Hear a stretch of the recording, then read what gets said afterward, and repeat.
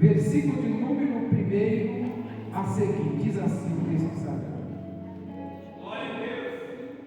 E Saulo, respirando ainda ameaças e mortes contra os discípulos do Senhor, dirigiu-se ao sumo sacerdote e pediu-lhe cartas para Damasco,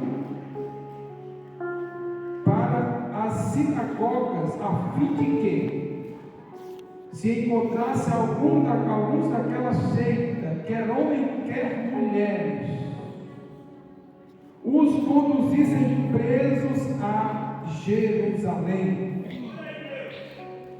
E indo no caminho, aconteceu que, chegando perto de Damasco, subitamente o cercou um esplendor de luz do céu. Aleluia. Repete comigo assim: subitamente o cercou um resplendor de luz do céu. Amém. Vou continuar. E caindo em terra, ouviu uma voz que lhe dizia: Saulo, Saulo, por que me persegues? E ele disse: quem és, Senhor? E disse o Senhor: eu sou Jesus, a quem tu persegues. Duro é para ti recalcitrar contra os aguilhões. E ele, tremendo,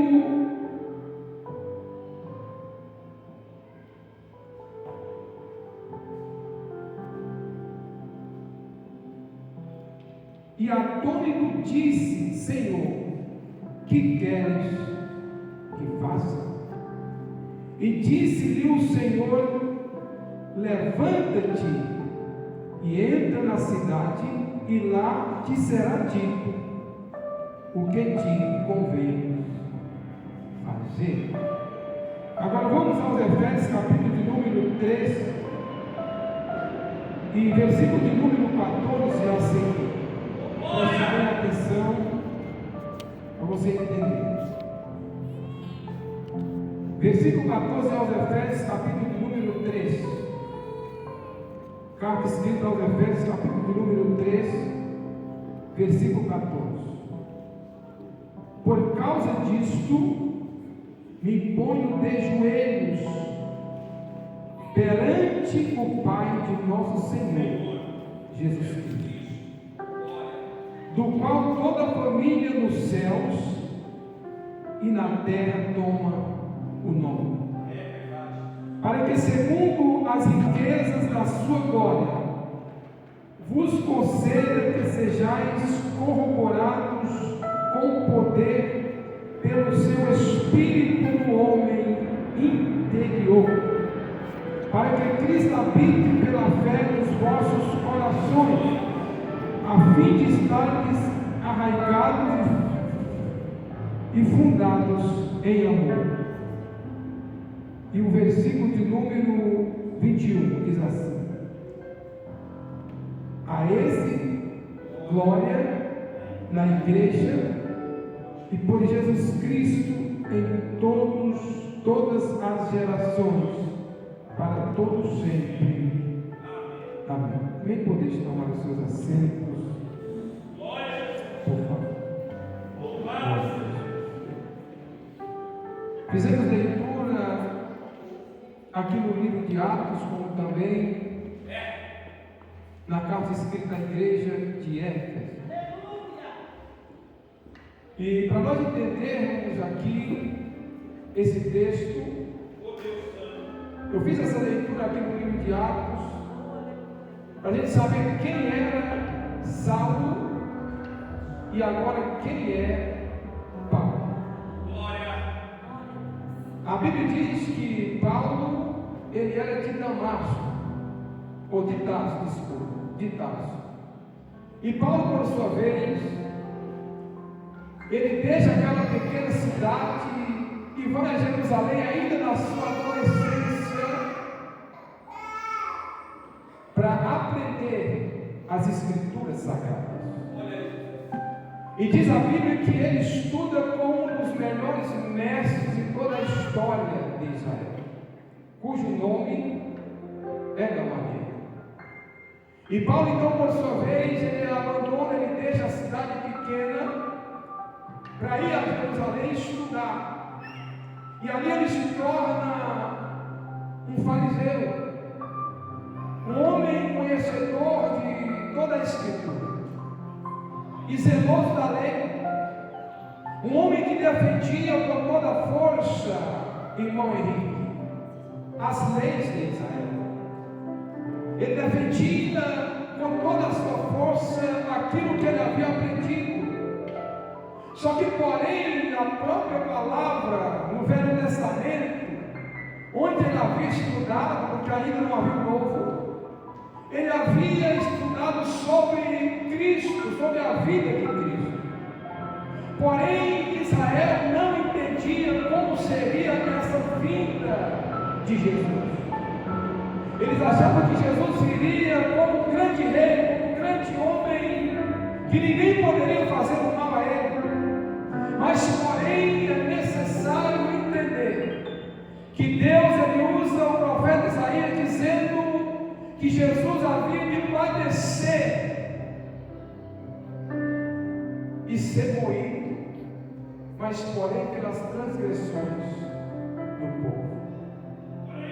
E Paulo agora, ele já é um homem, e quando Jesus ele vem, Jesus ele é morto, ele ressuscita, ele sobe para a glória. Agora Jesus ele deixa 11, porém, apóstolos, exceto Judas que tirou a sua vida. E esses 11 homens começam a pregoar sobre Cristo, sobre a ressurreição, e dizendo que Jesus havia ressuscitado dentre os mortos. E dentre eles levanta alguns homens cheios do Espírito Santo, como Estevão, por exemplo. Está registrado aqui no capítulo número 7 de Atos dos Apóstolos. Estevão, porém, cheio de fé e do Espírito Santo, começa a pregar sobre Cristo. E diz a palavra que Estevão é pego pelos homens, pelos sacerdotes, e ele é questionado para que ele venha realmente confessar, aleluia, aquilo que ele pregava. E Estevão não teve medo, ele pregou e disse que Jesus é o Filho de Deus, e que via Jesus, aleluia, com Deus céu se abrindo, e contemplava a glória de Deus. E porém Estevão foi apedrejado, e diz a Bíblia que Saulo consentiu na sua morte. Aleluia. Saulo era um homem zeloso, mas porém cruel, e não entendia como Deus trabalhava, e não aceitava Cristo como o Filho de Deus, e não aceitava o Evangelho de forma nenhuma. E ele não se contentou com essas coisas, e a igreja dispersou-se de Jerusalém, e muitos fugiram, aleluia, para Damasco. E Paulo pediu carta, autorização ao sacerdote para ir a Damasco e trazer os irmãos presos a Jerusalém, porque muitos haviam sido presos em Jerusalém. Agora ele não se contentou e disse: eu preciso ir além. Ele queria trazer até aqueles que estavam longe para ser presos. Então Saulo, ele não brincava em serviço, só que ele pensava que estava fazendo aquilo para o zelo de Deus, para o zelo da lei. Ele pensava que estava fazendo aquilo, aleluia, para agradar a Deus, mas porém ele estava lutando contra o nosso rei, o nosso Jesus de Nazaré. Aleluia. E diz a Bíblia que ele pede carta, autorização, e se dirige a Damasco, aleluia, com a sua comitiva. Mas como fizemos leitura essa noite aqui, diz a Bíblia que o cercou um resplendor de luz do céu, e Saulo caiu por terra, porque ninguém pode resistir à presença de Deus na terra.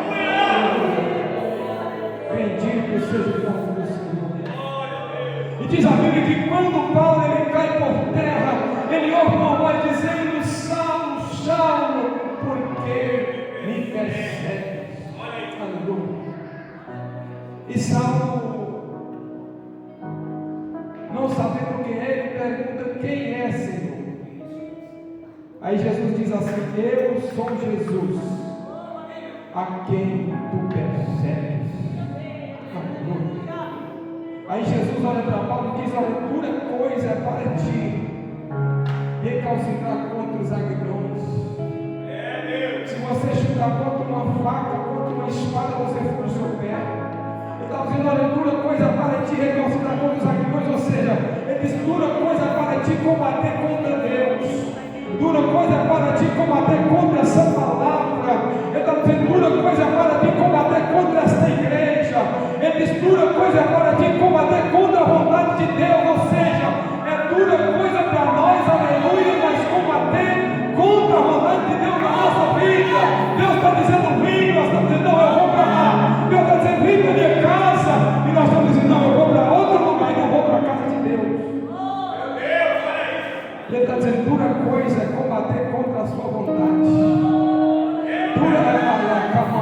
Dura coisa é combater contra a vontade de Deus. Dura coisa é Deus querer a gente na presença fazendo a obra e a gente dizer: eu não vou fazer, eu não quero fazer, porque eu não quero fazer. Dura coisa para nós combater contra a vontade. Dura coisa Deus colocar nós no lugar de dizer: eu não vou, eu quero ir, eu vou para outro lugar. Dura coisa é combater contra o ministério, contra a liderança. Não vale a pena. Ele diz: Saulo, dura coisa para ti. Não tem como lutar contra a minha vontade. Aleluia. Dura coisa para nós resistir à vontade de Deus. Dura coisa para nós, aleluia, falar para Deus que nós não vamos fazer. Aí sabe o que ele falou? Senhor, então o que eu devo fazer? Ele perguntou: o que eu devo fazer então, já que o Senhor está me barrando aqui? O que eu tenho que fazer? Ele disse: olha, vai até a cidade, vai à rua, na chamada direita, porque lá te será aquilo que você deve fazer.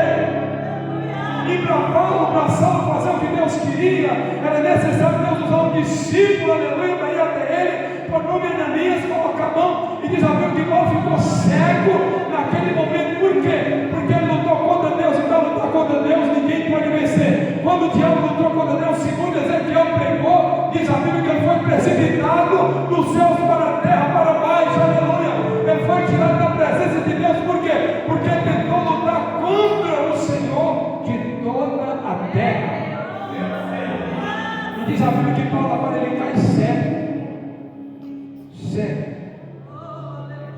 Aleluia. E agora ele é conduzido à cidade, ele está cego. Diz a Bíblia que ele ficou por 3 dias lá, cego, sem comer, jejuando e sem ver nada. Mas Deus usou um discípulo chamado Ananias e disse: olha, vai lá, porque vai lá que o Saulo está orando. Aquele Saulo que perseguia, queria matar, ele estava preso, agora está na cidade orando, clamando a Deus e dizendo: Senhor, tem misericórdia da minha vida. Não dá, irmão, para lutar contra Deus. Não dá para lutar contra a vontade de Deus, não tem jeito. Aleluia. E diz a Bíblia que Ananias vai lá e fala para ele que Jesus havia falado com ele para ir lá e colocar as mãos sobre ele, porque ele ia restaurar a visão. E naquele momento Paulo foi cheio do Espírito Santo. Paulo desceu as águas, se batizou. Aleluia, agora saiu para fazer a obra de Deus. Mas Deus disse assim: olha Paulo, você vai ser perseguido por causa do meu nome. Ele diz: você vai padecer. Então o que aconteceu com Paulo aqui? Como nós fizemos leitura em Éfeso, Paulo estava preso na sua última prisão em Roma. Aleluia, e Paulo, mesmo estando preso, não esqueceu da igreja. Ele disse: olha, por causa disso eu me ponho de joelhos, aleluia, diante de Deus. Paulo estava preso, mas estava preocupado que o povo conhecesse a vontade de Deus. Paulo estava preso em Roma, mas aleluia, ele tinha o desejo de enviar uma carta da igreja. Nós sabemos que a primeira forma de falar com as pessoas é verbalmente, pessoalmente. Quando não tem como falar pessoalmente, aí é escrito uma carta, é enviado uma carta para longe. Hoje em dia tem WhatsApp, tem tanta coisa para mandar mensagem, mas não tinha naquele período. E ele escreveu essa carta e disse: olha, vocês não devem entristecer por causa da minha prisão, aleluia, que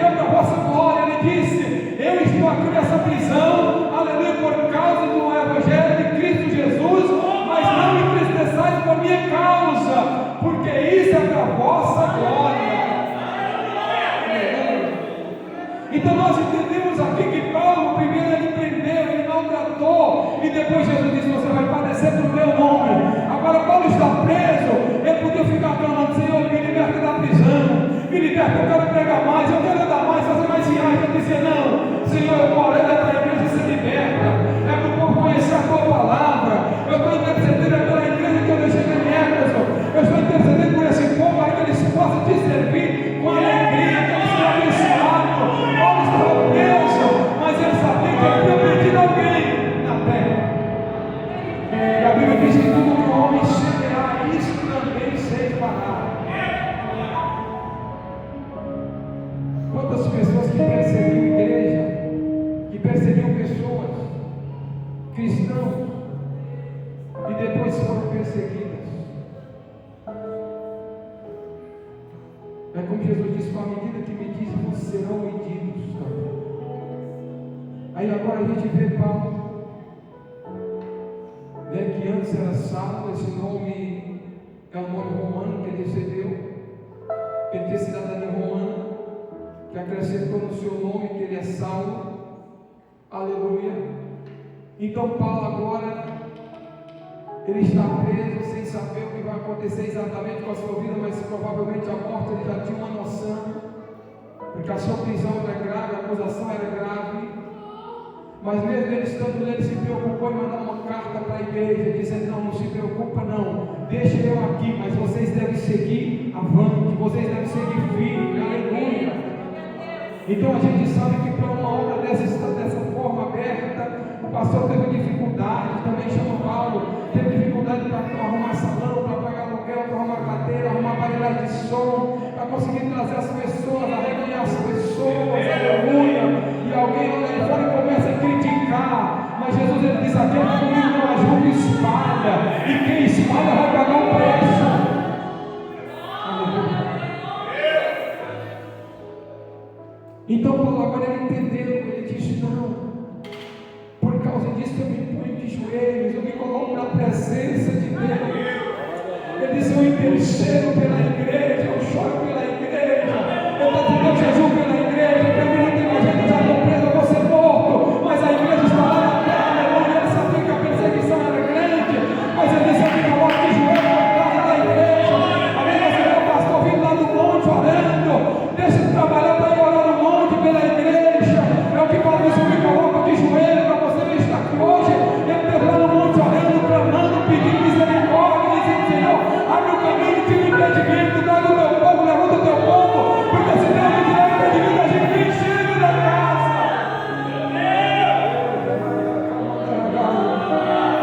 Se Deus não tiver impedimento, a gente não chega não, meu irmão. O carro quebra, a criança fica doente, tem que levar no médico, dá uma dor de barriga, dor de estômago, dá uma dor de cabeça, a gente não consegue vir, aleluia. Se Deus não abrir o caminho, a gente nem chega na casa dele, aleluia. Mas Jesus abriu o caminho para nos trazer aqui hoje. O pastor pediu a Deus e Deus abriu o caminho, aleluia. Para ele e você estar na presença dele essa noite aqui. Obrigado, Deus. Ele é grande. Falei para ele ficar aqui. Porque Deus, irmãos, ele é grande. Deus, ele contempla eu e você onde nós estejamos, em casa, no trabalho, na rua. E Deus, ele vai abrindo o caminho, ele vai trabalhando na nossa vida, ele vai quebrando os laços, cortando a lança, ele vai tirando os impedimentos, ele vai abençoando, ele vai abrindo a porta, ele fecha quando é necessário, ele fecha, quando precisa ele abre, porque Deus sabe. A Bíblia diz que há um tempo determinado para todo propósito debaixo do céu, e Deus, ele sabe o que fazer, na hora certa, na minha e na tua vida. Deus, ele sabe por que você precisa estar aqui hoje, eu também. Deus, ele sabe por que precisa acontecer alguma coisa, precisa acontecer algo na sua vida e na minha vida. A gente está aqui hoje na presença, para quando ele mudar a nossa sorte, a nossa história,